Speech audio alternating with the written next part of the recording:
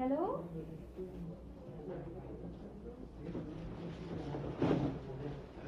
Nyilván fogják kérni, hogy a japán nyelven ott volt infúziás, ezt a nagy érvek kapta az infusion by that way.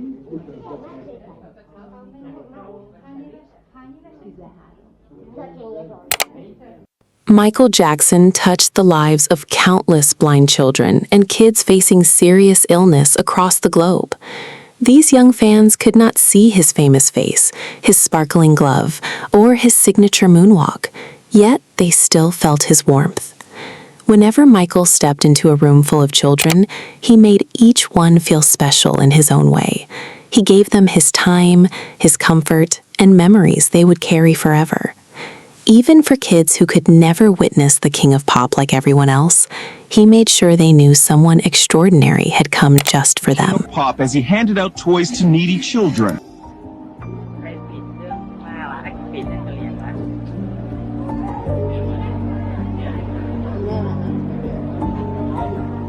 While on his 1996 history tour, Michael Jackson stopped in Bangkok, Thailand, to spend time with kids who needed hope more than headlines.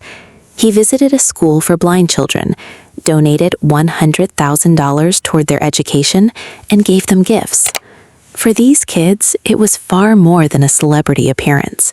It was a moment of genuine care that stayed with them long after the show. Michael wasn't only there to perform for thousands of fans. He was also there quietly, giving attention to children who couldn't see the show, but could feel the care behind his visit. Visit a school for blind children. I love you all. To these kids, Michael wasn't just the King of Pop. He was someone who showed up when he didn't have to. He gave them time, focus, and kindness, and that's what made the visit feel personal. What truly makes this moment stand out is the timing. Outside, the world was waiting for Michael Jackson, the superstar, the performer, the global icon. But before stepping into that spotlight, he chose to sit with blind children who needed care and hope. For them, it had nothing to do with fame, music, or headlines. It was about feeling remembered by someone the whole world knew, yet who still made time for them. As many hospitals as I do concerts. I do as many orphanages as I do concerts. But because it's good news, the press don't cover it. They want bad news. But I do it from my heart. I don't do it to wave a flag and say, look at me. We bring bags of toys and posters and albums, and you should see how it transforms these kids. They jump up and down and they're so happy. Bangkok wasn't the only place Michael did this. Throughout his tours, he often made time for children who were ill, disabled, visually impaired, or facing hard circumstances. In many countries he visited, he offered far more than a performance before moving on. He gave them attention, gifts, and comfort, and those brief visits meant the world to them. For fans and caregivers who witnessed it, these moments revealed a side of Michael that had nothing to do with fame. It was rooted in kindness. That is why so many still remember these visits years later, because he made children feel valued, even while the world focused only on his music. This little kid, his name was Farkas. He was very sick. He was green in the face, but he had this glow and this sparkle in his eye. I asked this nurse, what's wrong with this kid? She said that he needs a liver. So I said, does that mean he's gonna die? She said, this same pattern showed up again in Moscow. A day after performing at Luzhniki Stadium, Michael Jackson stayed in the city instead of leaving right away. He spent that time visiting an orphanage for disabled children. This moment reveals a lot about who Michael was off the stage. While the world knew him for music, fame, and massive concerts, these children saw a different side of him. He came to spend time with them, show care, and make them feel valued. The footage with Italian subtitles captures that visit clearly, showing the simple yet powerful bond Michael had with children worldwide, expressed not through words or headlines, but through his actions.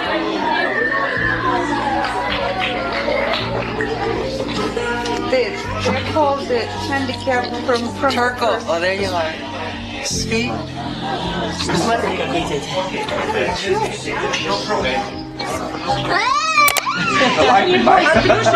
мой мальчик. Не бойся, не обижай же тебя. Не бойся, мой мальчик, не бойся. Сиди, не бойся.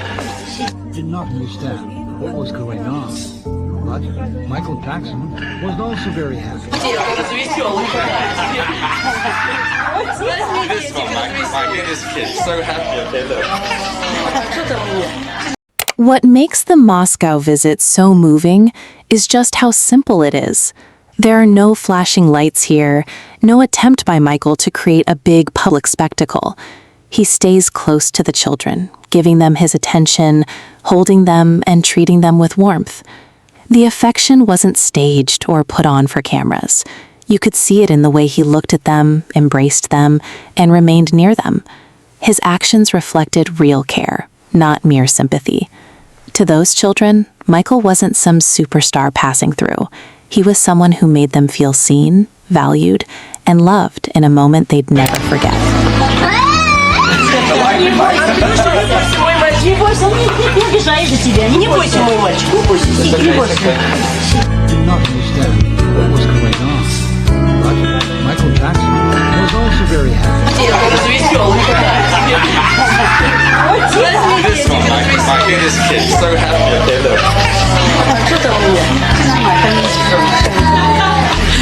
I'll take you home, I think. Here comes Michael, come and say hello. Дмитрий. That same kindness appeared once more at Melbourne's Royal Children's Hospital. Michael spent time with young patients, handed out toys, signed autographs, and connected with kids facing serious health battles. But a hospital visit alone wasn't enough for him. He even arranged a bus to bring a group of patients to his concert, giving them the chance to enjoy the show, just like everyone else. Following the performance, he met Raphael Ray, a young boy living with cystic fibrosis. Moments like these proved that Michael's care for children went far beyond the stage. He used his fame to bring joy to kids facing real pain and tough health struggles. Impressed with his fancy footwork, Michael wanted to see more.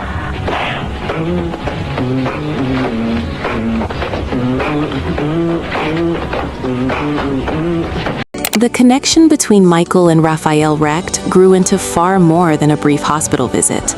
Raphael, who had cystic fibrosis, even danced on stage alongside Michael during the Melbourne concert. He later visited Michael at his hotel, where that same offstage kindness continued.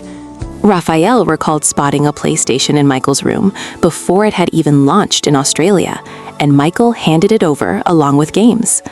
Michael also invited him to another show where he met Debbie Rowe and members of Michael's family. He even asked Raphael to join the rest of the tour, though Raphael couldn't go. Even so, the memory lasted a lifetime.